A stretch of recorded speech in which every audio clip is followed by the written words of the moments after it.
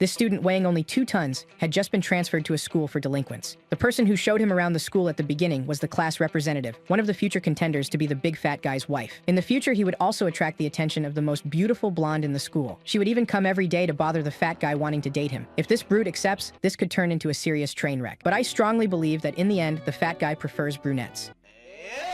In the cafeteria, several delinquents wanted to harass the hot leader of the first-year class. They even pushed her, but our giga-fat guy saved her. Our hero doesn't wear a cape, he weighs 2 tons. This made the guys furious, so they came back again to torment him. But with just one cold look, they all shit their pants. Peace had returned to the fat guy. However, another problem had arisen. He caught the attention of a big fish. After breaking the hierarchy at the school, he would be punched in the face as punishment. At first, he thought the guy was very slow, so he dodged easily. The punch that was about to come next would break some bones, but remembering the promise he made to his mother to graduate peacefully, he stopped and was hit square in the face. He even pretended to be hurt, but it was all an act. The girl wanted him to go to the infirmary, but he hadn't even felt that punch. In the classroom, everyone seemed to mock him for being fat. He looked like Truck Kun sitting on the chair. He was that big. But all this mockery would soon come to an end. After a bully tried to strike a weakling and failed miserably, he got furious that everyone was laughing at him and decided to take his anger out on you-know-who. Little did this brat know the bad luck he would have that day. Our fat guy stood still like the wall of an impenetrable castle. The brat used all his strength to throw that slap, and just as it was about to land, the counterattack came. In a split second, he was hit so intensely that he blacked out instantly after crashing into the wall. No one in the room could believe it, not even the strongest one. And the most impressive thing is that he was sleeping. The new student's body simply reacted by reflex. Sometime later, during the lesson, all students sat still without uttering a single word, except for the boy who got knocked out. Everyone had chosen to remain calm.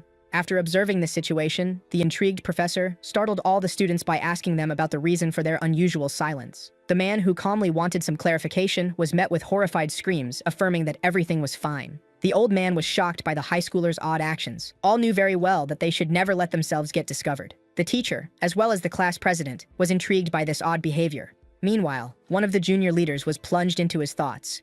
As a few minutes earlier, all were left, by what had happened. All began to wonder about the transfer student who defeated Hydra with a single punch.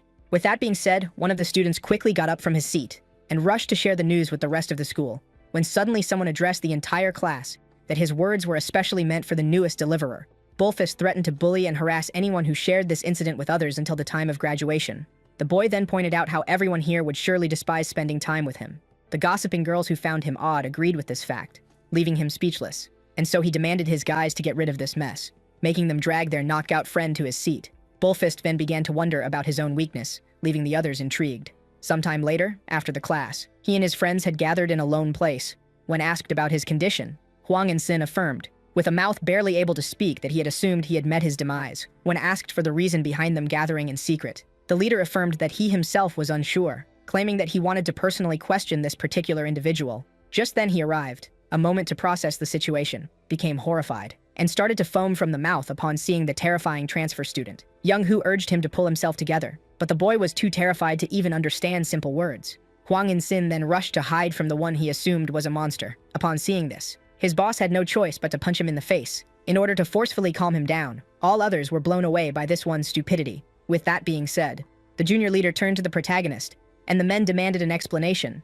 Nawuk then screamed from the top of his lungs, startling everyone before calmly claiming that he was here for a peaceful high school life. Before talking in a menacing tone and asking for their aid, and while the underdogs assumed that this was some kind of threat, when suddenly their leader reached out to the protagonist with the hand of friendship, all were left baffled, as the newcomer got along with their leader, accepting the handshake. Young Hu claimed that they should join efforts so that both of them could achieve this goal. The rest of the gang members were surprised by how peacefully this matter ended, so Bullfist affirmed that it was the right thing to do as his new friend was a kind person. One of them tried to argue that he still messed with them, only for the leader to state that they caused the problem first, which is why they urged them to forgive and get along, and so one after the other. The friend group introduced themselves to the protagonist and made peace with him, with the exception of the unconscious one.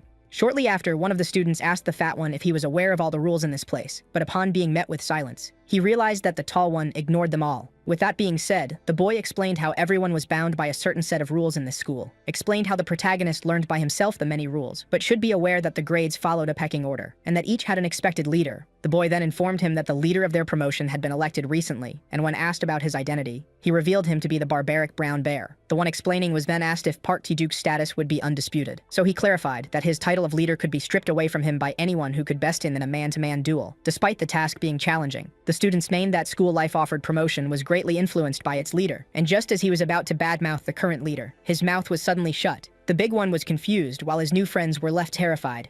Park Ki-duk, along with his many underlings, had arrived. When the barbarian demanded to know the reason behind their presence in such a place, Young Hu claimed that they were all here for the same reason. The henchman of the brown bear then began to mock him for being stupidly arrogant. The angered grade leader ordered them to purchase him bread, along with some strawberry milk, only for the rebellious Young Hu to boldly walk away and claim that Park Ki-duk was already too fat for such treats. The class leader, who was triggered by such provocation, once then rudely interrupted. Once he demanded to know who was showing arrogance, he was interrupted once again by someone asking him to be respectful and urging him and his gang to stop harassing others. The great leader was greatly annoyed by this humble arrogance and demanded the polite one clarify his statement, only to be met with no response. With that being said, one of the henchmen saw this as a chance to shine by humbling a third one, and so he made a menacing expression and informed Nawuk that the big man wanted to have a word with him. But upon being met with no response, he began to make fun of his weight, especially his overgrown chest. But just then, the boy realized that the protagonist was the same one who got sucker punched in the lunchroom and laughed at him for it. He then threatened to make that a protagonist's third embarrassing moment by punching him in the face and assumed his silence to be fear. But at the very moment he thought to make fun of our hero's hat, the calm one politely asked his body to restore the hat to its original place. The expression of our hero was so heartwarming that the boy began to shake, and so he gently grabbed the calm boy's hat before carefully putting it back in its place. The brown bear had a hard time processing what just happened, and just as he was about to lash out at his henchman for this pathetic failure, someone suddenly called him. The boss turned around. The young thugs were now in the presence of ladies, and one of them asked if it was either of the first years. The barbarian tried to appear as polite as possible, as this was none other than the honored student of their promotion, Kim So-young. This one had stunning beauty, then noticed our protagonist, and was left disgusted by his fat appearance. The honorary student wanted the brown bear to come with her, as Susie wanted to have a word with him. The big one grew even more excited, as this was none other than Park Susie from the second years. With that being said, he happily rushed to meet with the pretty girl. His sudden leave intrigued his goons, so he stopped for a second and addressed them. Upon being commanded to take care of the rebellious ones, the weird mood of the goons was suddenly twisted to a more violent atmosphere. The one who originally went to bully the protagonist urged them to stop, doing the giant pressure that he suddenly defended. Upon seeing that his voice would be unheard, he decided to make a run for it before the worst could happen. And so in the blink of an eye, our hero and his friends found themselves surrounded, as when the leader expressed his command, his word would be absolute. And in case one ignores this word, he should just flee and change schools or risk being punished by the same boss that he had defied his authority, meaning that when the leader gives his orders, one could never disobey. Following that logic, the one with an afro explained that as first years, they are bound to respect the words of their leader. And with that being said, began the initiation of the devalued one as he punched the first student in the gut, making him suffer in pain. The rest couldn't believe this scandal. Naseon Wook, who saw it all, was particularly livid by this injustice. The henchmen then began to make fun of the dark looks given to them by Bullfist. But just as the afro pointed out that they had their hands tied, he was suddenly interrupted by none other than the protagonist, who despite having a hard time following the rules, affirmed that someone who harasses others was in fact an enemy. One of the students who was annoyed by those noble words flipped off the hero, claiming that the words of their leaders were law, only to be silenced by the fat one raising his voice. Nawuk affirmed that the bullies are his enemies, and with that being said, our hero decided to bring the harassers under his control. Meanwhile, somewhere else within the school, where an oppressive meeting was being held, Zombie affirmed to her superiors that the brown bear had been officially appointed as the leader of the first years. This made someone laugh hysterically. Then someone asked the blonde boy who in his opinion would win in a fight between himself and the new junior leader. Young Jun affirmed that the brown bear was still a weak junior.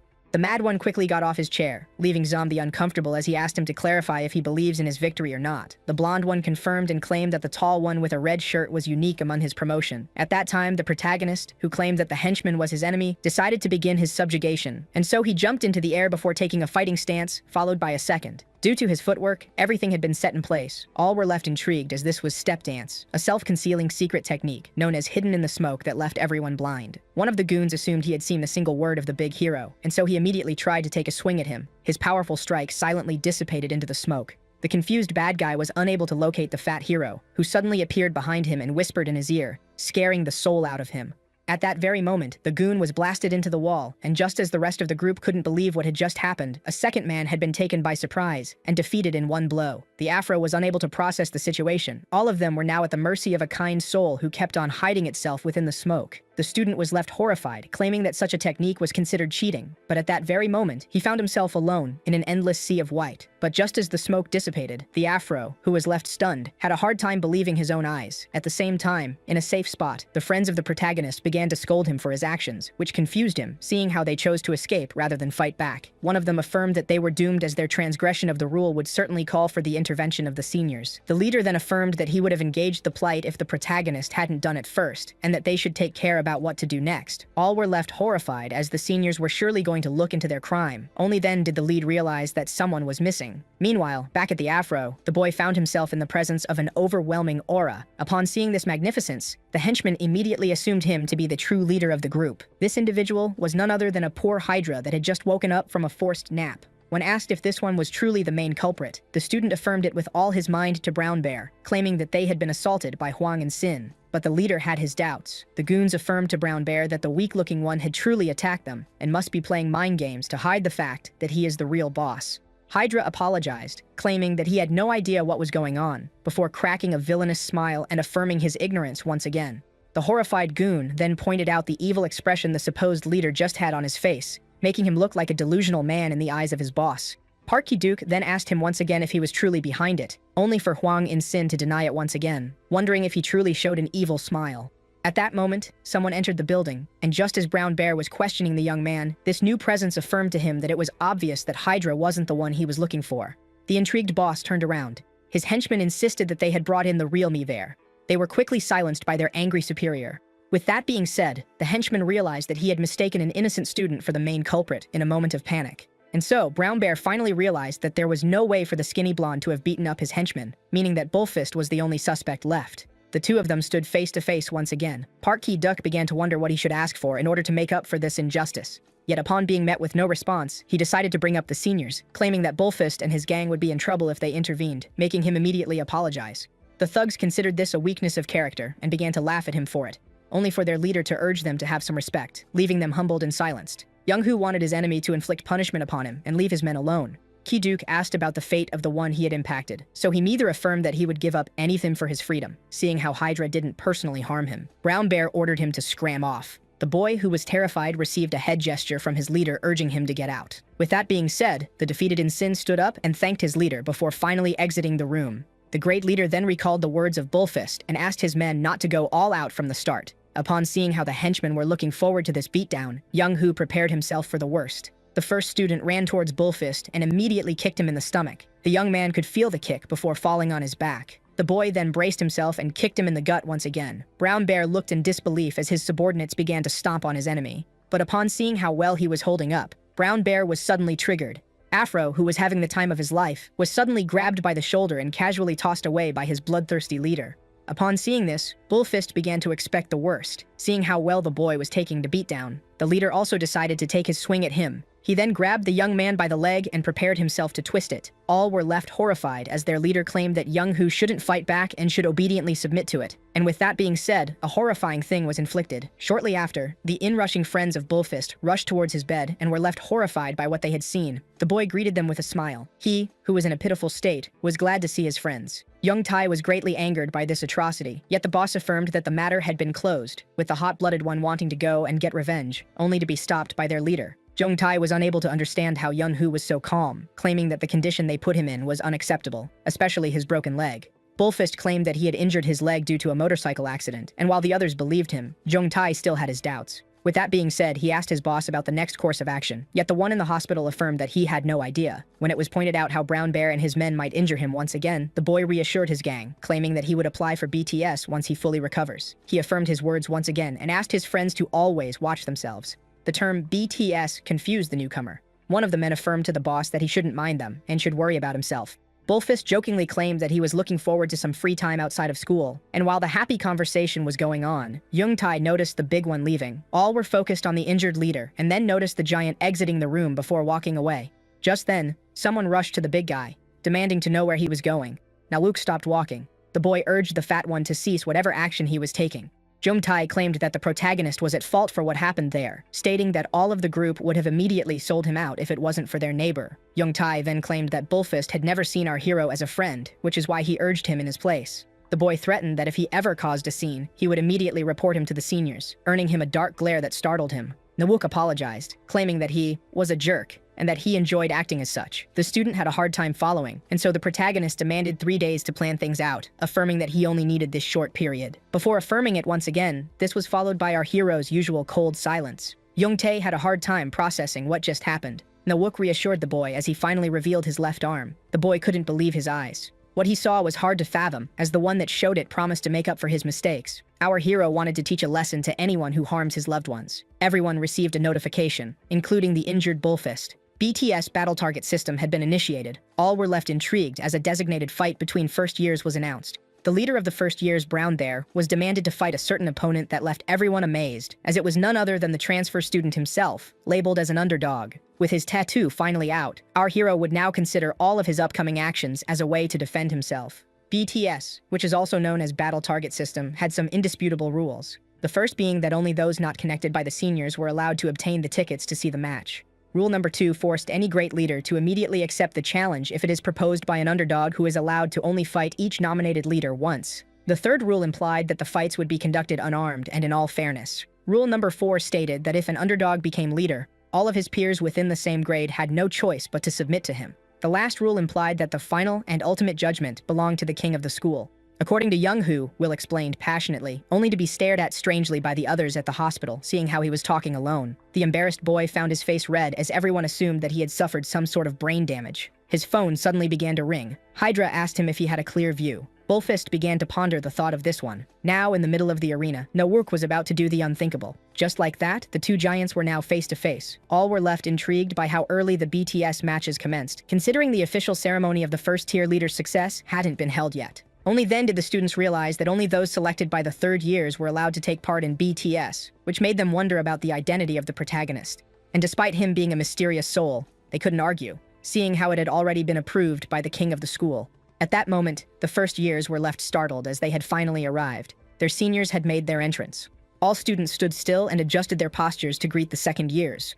Oh Chang-seok, the 98 boss and the strongest among the second years, annoyingly demanded to know the reason behind the chaos. Zombie pointed out that the entire school was in shambles while his friends stood silent. Susie gazed at the menacingly calm giant and was left baffled by him, as he was the kind of man she liked. Upon falling head over heels for the protagonist, the girl suddenly ran away to her classmates in treatment. Some of the students followed her while running through the room. Her beauty caught the attention of the first years. The intrigued brown bear was one of them. With that being said, he turned around and formally greeted the second years. The seniors gazed at the transfer student who stood still and demanded he show some respect. With that being said, they ignored him and kept going their way. The second year then decided to take a seat. When asked about the hero who was behind the entire problem, Zombie explained how he was a transfer student who arrived yesterday. The 98 found himself interested in the fat one who requested a BTS a day after arriving. At that moment, the second years were overwhelmed by a sudden pressure, seeing how their seniors were about to arrive. All second years stood up as a sign of respect. The brown bear, as well as the tiger, could also feel this crushing pressure. The boss of the second years couldn't help but admire the power of their seniors. And just like that, they finally arrived. The last years finally made their entrance. Oh Chang-seok urged his men to immediately stand firm and still to form an agreement with the third years. All saluted the seniors with one strong and united voice. Number 4 found this greeting to be too loud, while Number 6 pointed out how long it had been since the last BTS. Number 5 seemed tired, while Number 3 remained unfazed. Kim Tae-hee pointed out how hard it was to see Chang-seok, the leader of the second years, tried his best to be humble. He leaned a little forward to see ahead and was left horrified as this one person stood among the third years. One step from this individual, and the entire school began to tremble.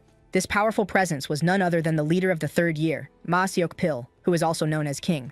With that being said, the ruler of the school finally made his entrance. All immediately regained their seats, including King. All were left intrigued by this person, as he was the one running the school. No one could avert their eyes from his stunning looks.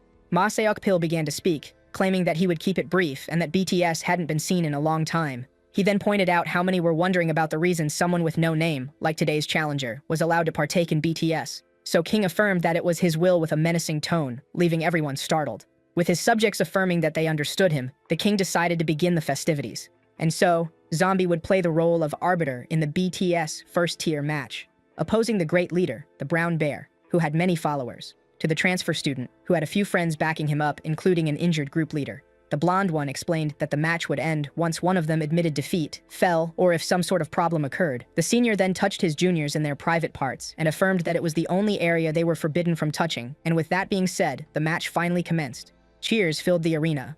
As Park Ki-duk launched the first punch, Na-wook immediately blocked. The iron defense quickly caught up with the second attack. The great leader bombarded the newcomer with a barrage of punches, only for him to stand on the defensive. This triggered the brown bear, who considered the lack of offense as some kind of underestimation. Upon assuming that the transfer student was looking down on him, he left in great rage. He launched a series of powerful punches that managed to push Na-wook back. His henchmen were particularly pleased by his performance, only for the third year to affirm that the one dominating the fight was in fact his opponent. All were intrigued by the kind soul who tanked all of the incoming punches. But the most stunning part was the fact that it was the attacker who seemed out of breath. Park Ki-duk realized that he was in a tough situation, as despite being the one attacking, he couldn't help but feel that he was the one taking damage. And just as he began to wonder about the plan of the protagonist, he addressed him with his usual casual tone, urging him to simply apologize so he could show him mercy. But the prideful brown bear refused to do so.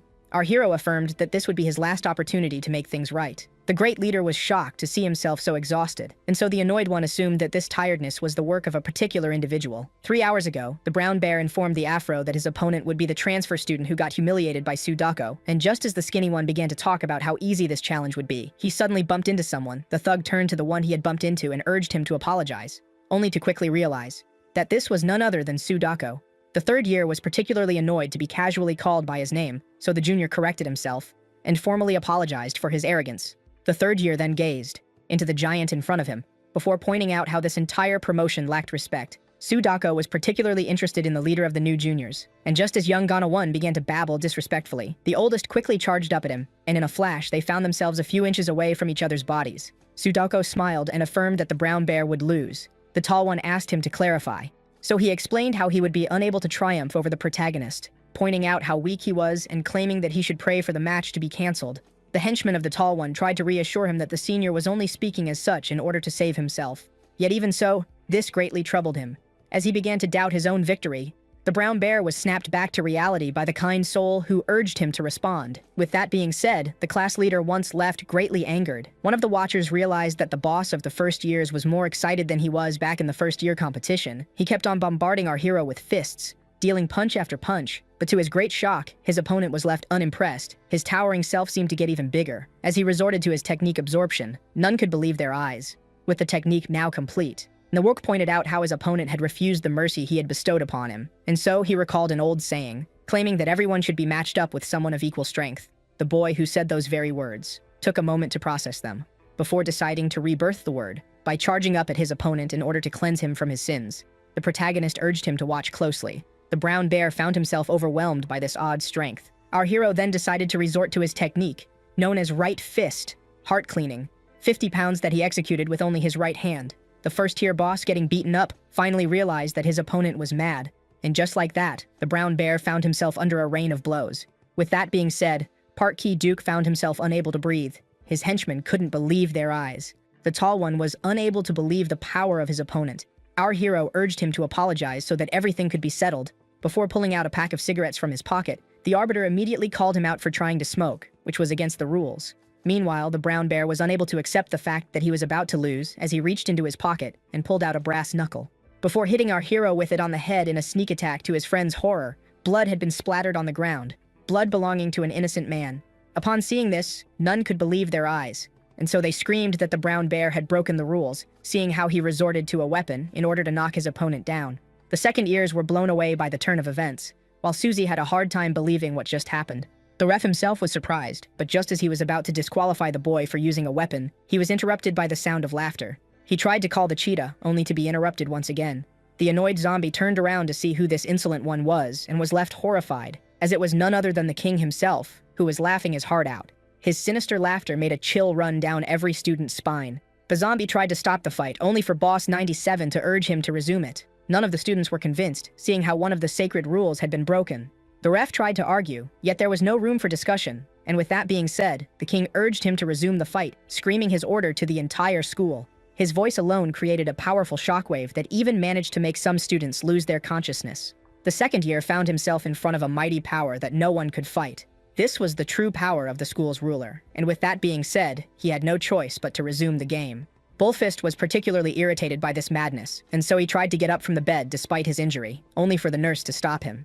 The devastated Hydra fell to the ground, unable to fathom such madness, seeing how the protagonist was injured and already down. Susie also questioned the word of the king. Meanwhile, the brown bear, who had lost it, recalled the words of Sudako regarding him being beneath the transfer student. The king urged him to end the fight and saw the barbarian rush to end our hero. But at that very moment, someone saved the fat one by tanking the punch with his face before falling to the ground. This was none other than young Tai, who startled his friend with his heroism. With that being said, the current leader of Grade 1 found 2 underdogs on the ground in front of him, leaving him confused. But at that moment, the overwhelming ruler of the school urged him to finish the fight. Back then, a certain man was lashing out verbally and physically at someone in anger. This was none other than the young Park Ki-duke, who despised life and was claimed to be useless by this man. A few years later, while fighting, he couldn't help but find reason in his words. The boy then landed a devastating punch that allowed him to triumph over his opponent. The young bear was somewhat thankful to this person who made him realize how durable and willful he was, having received the cheers of the nearby children. The boy who assumed himself useless finally found something he was good at. And despite every encounter ending with his opponents at his feet, Ki-duke realized that the love of others was relative to the number of victories he could achieve, meaning that he was forced to achieve victory no matter the cost, claiming that he would boost his views if he ever tasted defeat. But at that moment, he was breaking out from the world of dreams by the protagonist, who asked him to focus on the fight. The brown bear was left horrified as the protagonist claimed that there was no turning back from his actions now.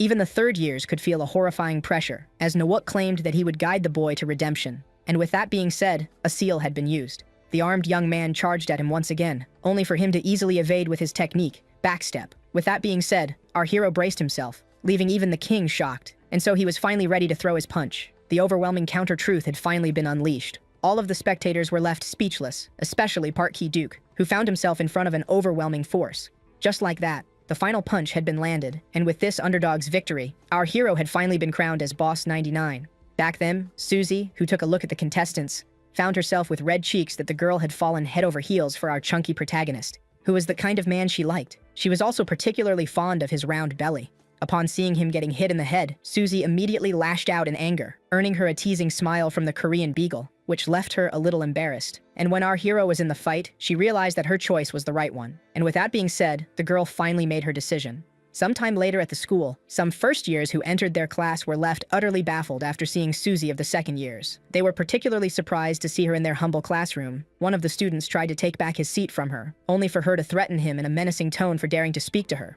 The boy, who was flattered by her words, decided to allow her to keep sitting there. Upon seeing the mean beauty converse casually with the protagonist, all felt envious of his astonishing luck. Young Hu politely asked her to exit the classroom, which left Susie today good as so much doesn't even consider the human while speaking with her. The protagonist decided to ask her the same thing, claiming that the teacher would arrive soon. Susie, who was surprised by how much of a good student her new love interest was, decided to make her leave but claimed that she needed his number first.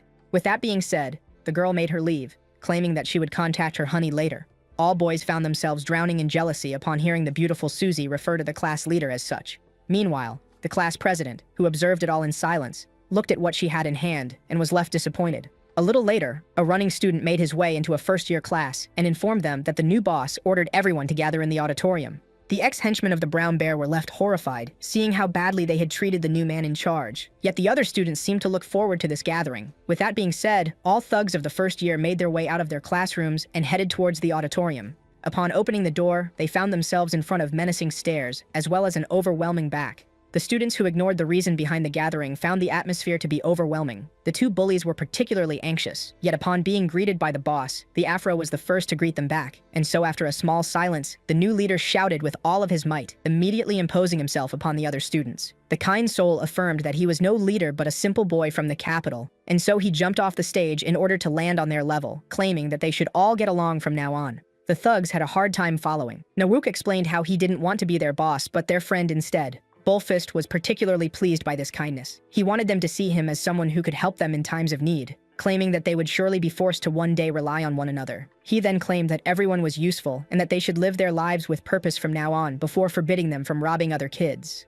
Nawuk then asked them to always remember that one should be placed against an opponent of the same level. In the end, the gentle giant claimed that they should all repent together in order to graduate in peace, and asked all who agreed with him to scream, "I." With that, he took a deep breath and shouted it first, only to be met with a confused silence. Some of the embarrassed students assumed that it was some sort of battle cry. Only then was it screamed by young Tai, followed by young Hu, as well as Huang In-sin. The entire class of our hero responded positively to his demand. And with that being said, all except the forcefully shouted "I" in front of their new leader, who was left satisfied. The boy realized how much of a kind soul the protagonist was, claiming him to be a gorgeous person, unlike him. Young Tai began to look up to the boy from the capital. And just like that, Nawook had gained an army of new friends. 7 days had passed since then. First-year thugs had stopped bullying the weaker ones. The nerd affirmed to the two students that he was a rank at this game, making the two of them urge him to add them as friends, which was a perfect example of the peace that installed itself among the junior promotion. Susie asked the hero if he had something to do after school. She proposed to go grab lunch, or even go to karaoke, as well as suggesting going into a DVD room, leaving everyone jarred, only for the fat boy to affirm that he had an appointment, leaving Susie with a dark expression, having realized that he was going to see another girl. But to her shock, the boy affirmed that it was a study date. Nawook wanted to study with the class president today. The girl immediately turned her head to see who he was talking about, and upon following the gaze of the other students, she found herself looking at a nerdy girl focused on her studies. With that being said, the second-year love interest wanted to go study but demanded a date from him, claiming that they should go on one tomorrow. Bullfist affirmed that he and his friends had already reserved the bus for the next day, leaving the girl irritated. Susie even claimed that he would be in big trouble if he ever bothered her again before shooing him off. Young Hu's friends began to pity him, seeing how unpopular he was with girls. That same day after classes, the class president found herself with the new grade leader. Kame Min-ju then claimed that her presence might cause trouble, leaving the boy intrigued. So she explained how them being together wasn't pleasing their senior. The class president wanted to avoid any misleading situation, seeing how she was only here to tutor the transfer student. She then tilted her head only to see the gentle giant looking at her weirdly. Just as confusion began to settle in, he suddenly patted her head and affirmed that she was adorable, leaving the girl with a blushing face as she urged them. Shortly after, inside a cafe, the class president was giving the protagonist some English lessons. But as she kept on tutoring our hero, he suddenly began to yawn. Upon seeing this, the girl decided to stop the lesson for today, which the boy had no problem with. With that being said, they decided to make their leave. But while grabbing her stuff, the girl noticed the items in her backpack. She then gave the medicine to the protagonist, seeing how injured he was due to his last fight. She struggled to explain herself, only for the boy to affirm that his senior had already offered the same medicines to him, and so the class president decided to take them back.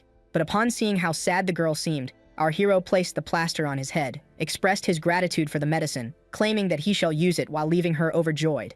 With that being said, our heroes decided not to tarry any longer, in order to catch the train. Meanwhile, the past goons of Kidok struggled to contact him. One of them asked the Afro about his opinion regarding the new boss. The third one pointed out that he was a kind person whom they could get along with, yet the boy had a hard time believing it, as he brought up the glorious era that they had under the brown bear. But at that moment, the student bumped into someone. Afro immediately apologized for his carelessness. The thug decided to make a scene, claiming that his arm was hurting a lot, leaving the boy to apologize once again before making his leave. Only then did the grown man demand the boy to come closer. Afro realized that he was in a tough situation. His friend urged him to keep it peaceful, as fighting for nothing could only bring problems. The boy had no choice but to resonate with that logic as he apologized to the man once again. This one began to mock him for acting so politely, before claiming that this entire generation was deprived of manners. His friend tried to intervene gently, claiming that it was a mistake on their part, only to get suddenly punched by the grown man for apologizing on behalf of his friend. Upon seeing how violent this bully was, Afro decided to attack, only to miss and receive a kick in the stomach. As the boy fell to the ground, the man began to mock him. He then urged his friends to help him jump the high school student. And with that being said, the young thug found himself under a rain of flip-flops, as they kept on insulting and hitting. He then spotted a brick nearby and decided that he wouldn't take it anymore. At that moment, the friends of the boy restrained the adult, and so, in a burst of adrenaline, the high schooler went for the kill, which his friends didn't expect,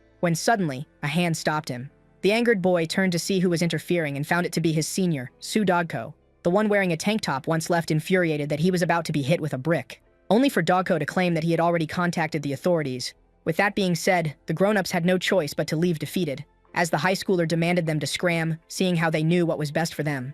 A few minutes ago, while working at his job, the third-year student spotted a nearby fight. Upon recognizing some of his juniors partaking in it, Su Dako claimed that they had nothing better to do. Only then did he realize that the one lying on the ground secretly grabbed a brick. Having realized what he was planning to do, the senior had no choice but to rush in order to prevent a murder. Later on, the juniors thanked their senior, who affirmed that it was nothing, only for them to bow down and thank him once again. Afro raised his hat to see if the senior was still there. Sudoko decided to speak, but as the terrified juniors expected punishment or scolding, he just advised them not to ruin their lives with a single action, leaving them deeply thankful. With that being said, the third-year student finally walked away. Sudako then realized that he had just acted like an old man, only to be called in by his boss, who urged him to hurry, making him rush back to work.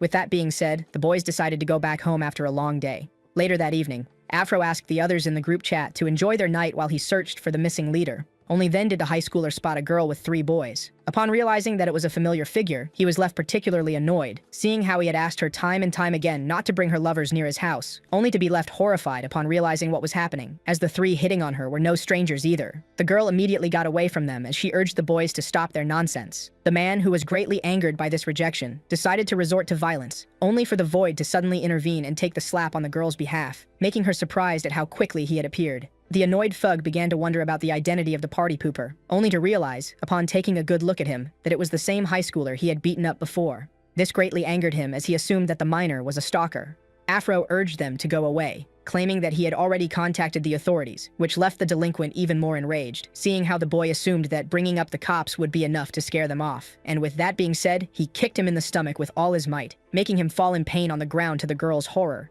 The high schooler desperately tried to get up. The girl screamed at the delinquent for what he had done. Seeing how annoying these two were, the man decided to take care of them, starting with the girl he launched himself at, only for the boy to intervene once again and shield her with his body for a second time, making him fall on the ground just like last time. The thug was left angered once again by the high schooler, and so he ruthlessly kicked him in the face before starting to stomp on him, now under the feet of the delinquent. Just like last time, the young man found himself very annoyed. At that moment, he spotted a rock nearby. Upon seeing it, the first thought that came to his mind was to use it as a weapon in order to finally terminate his bully. Only then did he remember the wise words of his senior. The boy was greatly irritated upon remembering something so rightful at his lowest moment. Only then was the sound of a whistle heard. The delinquents had finally been spotted. Seeing this, they immediately decided to flee the scene. But while they ran away, the officer ran towards the boy. He quickly checked up on him, so Afro affirmed that he was unharmed before thanking the man for his concern. The girl was baffled to discover that he had the ability to express gratitude, which left the beaten-up one greatly annoyed. Even so, he decided to drop the matter and urge her to go back to their home. The lady then held her savior's hand as he requested dinner, which made her scold him for not having eaten anything the entire day. The next day at school, the young man told his friend about his late-night adventure and began to complain about the bad luck he had. At that moment, one of the 3 was left alerted, as the boss along with his friends were heading their way, and so the 3 of them corrected their posture and stood out of the way. The boss along with his men passed by them. Afro then opened his eyes to see if the one in charge had finally left, only to find the gentle giant gazing into his soul. The scared boy asked if there was a problem. Boss 99 affirmed that they didn't have to stand aside. Afro was left confused, as the protagonist explained that such things shouldn't be done among friends. He then addressed the boy known as Deoku, baffled to see that the boss knew his name, asking him about his injuries. As Afro claimed that he had fallen on the stairs, his boss responded with "Ga," leaving him utterly confused. The protagonist then shouted "Ga" once again, demanding to know the name of the one who injured him. Deoku tried to cling to his story. Now, nose to nose with his new friend, our hero asked him if he had brushed his teeth. He then shouted "I," covering the one he urged to get rid of his horrible breath and saliva. The rest of the boys affirmed that they were prepared as well. This sudden support surprised the 3 delinquents. Nowook was now infuriated as someone had mistreated his peer Deoku. Later on, the protagonist and his friends went to search for the person in question. This part of town seemed lively and festive. Hydra came rushing and asked his friends if they had heard a certain noise. The boys were left intrigued, and so he affirmed. It was the sound of his young blood pumping in this magnificent and pleasurable place. Just as he went running, claiming that he would get home late, he spotted a beautiful lady. Hydra immediately approached her. But just as he was about to make his move, the disgusted one immediately asked him to go away, calling him an idiot. She kept bombarding him with insults as she was annoyed by the fact that he even dared to approach her. And with that being said, she made her leave, claiming that his face was repulsive. With that, the friends of the boy couldn't help but pity him, as this experience was pretty harsh. Deoku affirmed to the protagonist that he didn't need to okay such matters for their sake. His friend agreed, claiming that they weren't sure if the aggressor would be present in this place, proposing to head back, only for the leader to claim that they should go have some fun after this. At that moment, Afro finally spotted the man they were looking for. With that being said, our hero called out to his friend and firmly urged them to move. With that being said, the high schoolers made their way to the location of the thug. The guards at the door who saw them coming asked them to go away as no minors were allowed inside. The gentle giant affirmed that they were searching for someone inside. Yet those at the door couldn't care less, and so our hero had no choice but to resort to his technique, Eyes of the Sexy Tiger. He then quickly ordered them to move aside, and just like that, those who once forbade the high schoolers from entering welcomed our hero inside the building. Meanwhile, his friends who had seen it all had a hard time understanding the event that unfolded right in front of them. Meanwhile, inside, cups were being banged. The thug and his friends were having a good time. He affirmed to the girl with him that he had stumbled upon the same annoying guy yesterday, and when she asked about what happened, he pridefully claimed that he had beaten him to evolve. The girl claimed this to be amusing, only to be then left startled. All suddenly felt scared, and looked towards the door, only to find an imposing pair of eyes staring at them. With that being said, Boss 99 entered the room. Upon seeing the afro, the grown man recognized the high schooler and immediately began to laugh at him, claiming that he must have gone crying to his friends. Dayoku began to feel uncomfortable. His friend affirmed that they only demanded a simple apology from him. The girl immediately began to mark our hero. Hopefully, she asked him with imposing eyes not to interfere in this matter that doesn't concern her. Just like that, the lady found herself blushing at a minor. Upon seeing this, the thug slammed his scalp onto the table. His friends began to fear the worst. The man had been greatly irritated by the fat high schooler, whom he urged to go away, but upon being met with no response, the man had no choice but to repeat his words. Naseon Wook affirmed once again that they just wanted the man to truthfully apologize to his friend, yet the delinquent couldn't help but see this as a bunch of nonsense. Having had enough, the grown man decided to take a swing at the high schooler. With that being said, the gentle giant decided to resort to a secret technique in order to reinforce his abs, in order to protect himself from the incoming punch, and break the arm of the thug in the process. The man found himself cursing in pain. Our protagonist looked at his friend and explained to him that the thugs didn't want to give him the justice he deserved. With that being said, he affirmed that he and the rest of the game could get violent for his sake. The afro had a hard time believing it. Boss 99 explained that he considers his friend like his own family, meaning that they should always help each other out. Our hero affirmed to Dayoku that he sees him as family. With that being said, the boy pointed out how useless he was and how much of an idiot his boss is. With that being said, Afro expressed to the soul boy gratitude from the bottom of his heart as he finally acknowledged him as his true leader. And so, after a quick fist bump, Nawook asked his friend if he was aware of their next action. The boy cracked a smile and affirmed that they shall guide the thugs to redemption. With that being said, the one with a broken arm found himself in front of the protagonist using his technique, Predator. Just like that, the high schooler emitted an aura that overwhelmed the present adult males. This technique used by the minor had another effect on the grown women. The friends of the gentle giant realized that the action had already started. The thug found himself greatly annoyed. Nawook affirmed to him that he had thrown away the mercy he had shown him, and just as the thug was about to bring up his identity to intimidate the boy, this one urged him to stop acting like a child. Now in a rage blacker than ever, the man demanded to know the origins of the boy before swearing to terminate him. Our hero affirmed to him that he doesn't need to know such information, seeing how it was the grown man who had made a mistake. The thug grew even more terrified. Nawook then explained that even if one was unable to live like a saint, he should avoid causing any trouble to others. Just like that, the gentle giant kindly advised him to get a fresh start. When suddenly someone came in asking for Jinsu, the high schoolers were left intrigued as a bunch of men that resembled a gang suddenly appeared. The thug began to laugh, claiming that his attackers were now doomed. As the one smoking asked for Jinsu once again, Hydra found himself startled, as he and his friends had now been cornered by the men in suits. Just then, someone came from behind the man. This one was intrigued by the many minors in the establishment. Huang and Sin began to sweat bullets as this one approached. Even Jung Tai and Young Hu were left alerted. With that being said, he finally stopped. The giant man, who presented himself as a graduate from Gukyang from the 94 promotion, demanded the high schoolers to present themselves. The boys realized that they were now in a tough situation, as this one was someone from an old promotion who had graduated from their high school. And just as they began to argue whether begging could save their lives or not, the man pointed out their silence and was immediately angered by it. Young Tai tried to claim that they were only walking by, yet the man had a hard time believing him, seeing how he was inside a building forbidden to minors. With the negotiation being a total failure, the one in charge gave his orders, asking his men to wrap up the intruders. The grown-ups began to look forward to the chance of beating little boys, who realized that they were in a tough situation. Bullfist realized that any wrong movement could pull them into deeper trouble, which is why he asked the protagonist for a plan. The boss emerged from the door, took a short moment to analyze the situation. Afro affirmed to him that they would follow him regardless of his decision. His two friends affirmed that they were all prepared. Hydra was particularly fired up. Jung Tai, who agreed with them, asked the leader to give his command. All looked forward to the decision of their friend, who cracked a gentle smile. Now Wook explained that conversation was currently useless, which is why they should resort to violence first before asking his men to not cause any damage out of proportion. And as the leader shouted, "Aye!" all of the pack responded to his war cry with powerful voices. Just like that, the high schoolers were able to intimidate grown men.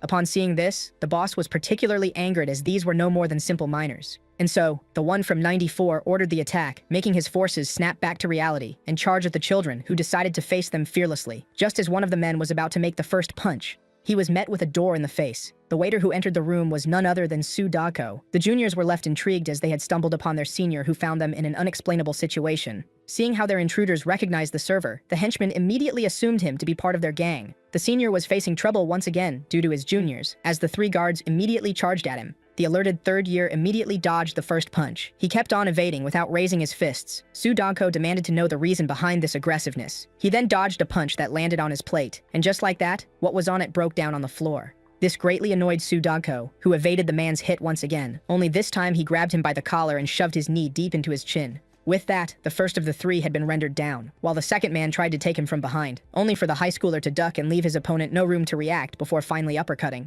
The angry server wasn't done just yet, as he bombarded his opponent with a barrage of fists. The henchman couldn't take it any longer. Su Dako decided to go for the final blow, as he kicked the man with such power that he sent him flying into the wall. Upon seeing this, the third attacker was left horrified. Only then did he notice the bloodthirsty high schooler ready to attack him. Su Dako then delivered a powerful punch that was strong enough to make the grown man lose consciousness.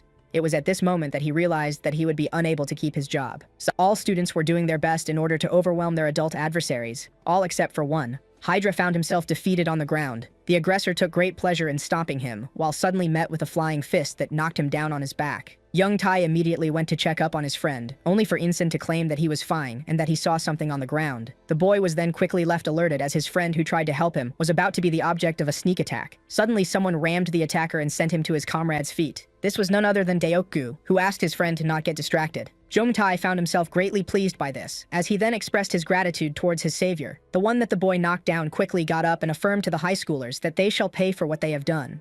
Meanwhile, 2 high schoolers found themselves surrounded by many adults. Full Fist was now back to back with his senior. The junior demanded an explanation, and upon hearing Su Dako complain about them causing problems in his workplace, the boy finally understood why his senior, who worked this late, was always tired at school despite claiming that it didn't matter to him. Su Dako immediately called out his junior for his bad manners, making the boy point out how often such complaints happen. With that being said, the senior affirmed that everyone in Promotion 99 was the same to him as he punched one of his many opponents. And while everyone was caught up in the fight, the protagonist felt something drawing near. Someone then praised them for their performance, claiming that they were just normal high schoolers. The man in charge was left excited, claiming that it had been long since he had the chance to humble someone. With that being said, the 2 bosses were now face to face. Young Tai, along with Young Hu, as well as the rest of the high schoolers, tilted their eyes towards the 2 giants who gave each other dark stares. The adult decided to make the first move, and in the blink of an eye, the junior found a fist under his cap, a fist that he easily evaded. Our hero remained unfazed as he kept on evading the incoming hits, even if some managed to scratch him a little. But in the end, the adult landed a serious punch that managed to push the fat miner away. Yet even so, the protagonist's expression remained the same. His opponent, on the other hand, was left baffled, seeing how easily he evaded all of his attacks. This made the man even more excited. With that being said, he urged our hero to drop the act in order to save himself. Seeing the man in charge get rid of his weight bands made the henchman realize that this day would end with someone's injury. With the weights on the ground, our hero was intrigued by them being 1 kilogram. The man then claimed that he was offended as his opponent took him for a fool. He could easily tell that the protagonist wasn't going all out against him. The adult then affirmed that the voice would change attitudes immediately as he quickly charged at him with a horrifying punch. With that being said, Boss 99 had been catapulted into the wall, leaving his friend anxious for his safety. Our hero was now lying on the ground, but his opponent, who knew very well that he had missed, urged him to drop the act. The man was entertained by the great battle instincts of the boy. Manhwa quickly got up and adjusted his cap. With that being said, the adult decided to proceed with introductions as he introduced himself as a graduate from the 94 promotion, Lee Manhwa. All were left shocked to learn that he was a graduate from their high school, especially from the legendary 94 promotion. Our hero humbly introduced himself as well. Lee Manhwa, who was intrigued by the fact that he wasn't familiar with the name of someone as powerful as the Calm Giant, immediately realized that he wasn't from their province. This excited the man even more as he urged his opponent to come closer. Seon Wook claimed that he assessed the level of his opponent based on his attacks and, having decided to take the fight seriously, he quickly closed the distance between them and asked the one who was left alerted if he was doing things the proper way. Lee Manhwa was shocked to see a skill that forced him to train relentlessly while wearing weights to master the technique that the hero used, making them believe they were on par with each other, only to quickly realize that the protagonist surpassed him in the domain of speed. And with that being said, the adult man had been punched into the wall by a miner. To his men's horror, the impact was so powerful that it managed to damage the brick wall. Despite realizing that it was too late, the grown man couldn't help but smile. He was intrigued by the protagonist who only delivered one punch, making him assume that he was being mistaken for a frail old man. But the gentle giant affirmed that it was forbidden to attack someone on the ground. Despite acknowledging this sense of honor, Lee Manhwa affirmed to the young one that it would cost him dearly before charging at him and delivering a quick punch. The protagonist, who dodged it and at first remained unfazed, quickly realized that his face had been injured.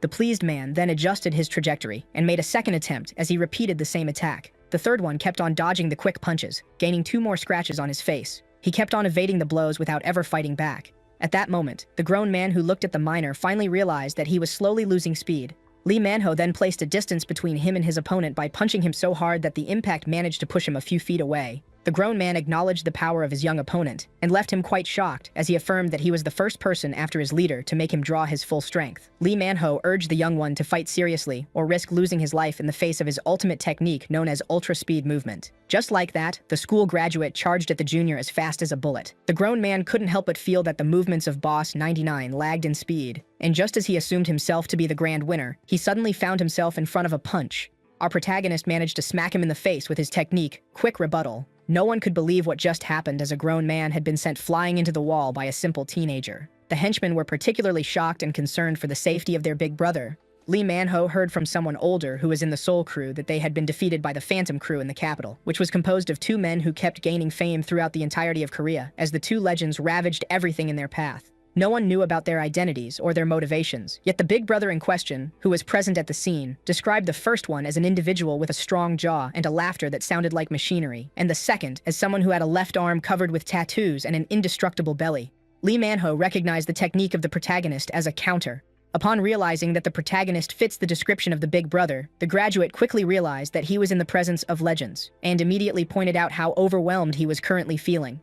Meanwhile, his angered henchmen decided to take revenge for their fallen leader, only for Lee Manho to ask them to cease the fight. In the end, the grown man affirmed that the children had won the fight. Shortly after, loud laughter was heard echoing through the entire building. Lee Manho, who sat down with our heroes, was laughing his heart out.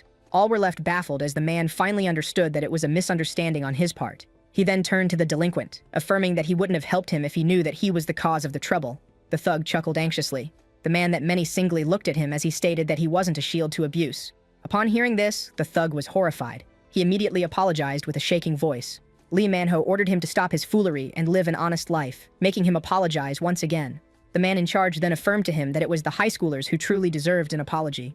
And with that being said, after looking at the one he wronged so much, the man finally apologized, claiming that he exerted his anger foolishly due to the couple of bad days he just had. The boss approached the Afro and claimed that since this matter concerned him, he was to make the final judgment. With that being said, after taking a short moment to think, Dayoku claimed that he was satisfied with the apology and urged the man to stop causing problems on his block. As soon as the delinquent agreed to his conditions, Seon-wook asked him to get out of the room. The thug apologized once again, but just as he was about to go on his way, he was suddenly grabbed by Lee Manho, who threatened to personally shatter his bones if he ever went back on his words. After receiving the scare of his life, the man promised that he shall keep his word before running as fast as possible from the room. The Afro was surprised to see how quickly things had been settled. With that being said, the graduate explained to the junior that he was also at fault and gave them his card in case they ever needed his help, claiming that he would pay 2 times what he owed. He also firmly demanded that they save his number, as there would surely arrive a time when his assistance would be required. With that being said, Lee Manho stated to his men that they should make their leave. All immediately followed the one they admired. Once the grown-ups had left, Hydra claimed that he mistook them for gangsters, which was a mistake that all juniors made. After this long day, the leader proposed that they should each go on their way, seeing how they had classes the next day. And just as young Hu was about to bid his friends farewell, Dayoku decided to speak. He and his 2 friends bowed down in respect, while thanking their peers for their help. At that moment, Bullfist claimed that they should show their gratitude by giving them some time inside the computer room, but just as the Afro affirmed that this would be impossible, all were left disappointed. The leader decided to speak and inform them that friends shouldn't be so formal with each other. Young Tai then asked about their senior, who went to his other job, according to Bullfist. While on his phone, Lee Manho was left greatly pleased as his boss had called at the right time. Meanwhile, at school, inside the conference room, a meeting was being held. The present second years looked uneasy. The third year seemed troubled, but their boss was the one that was mostly angered, seeing how the seats of their juniors were empty. One of the final years claimed that the freshmen were reckless and didn't bother to show up to meetings. Another one of the strongest claimed that they needed to be taught discipline as they were bad at collecting funds. He then turned to the 98 boss, who affirmed that the first-year transfer students he was acquainted with should arrive today. When asked if they were reliable, Chang Seog took on a dark expression before finally letting out a smile. Meanwhile, in the hallway, a boy and a girl were peacefully roaming inside the school. Both of them seemed at ease. Boss 98 reassured the rest of them, claiming that they shall soon reclaim control over the position of junior leader.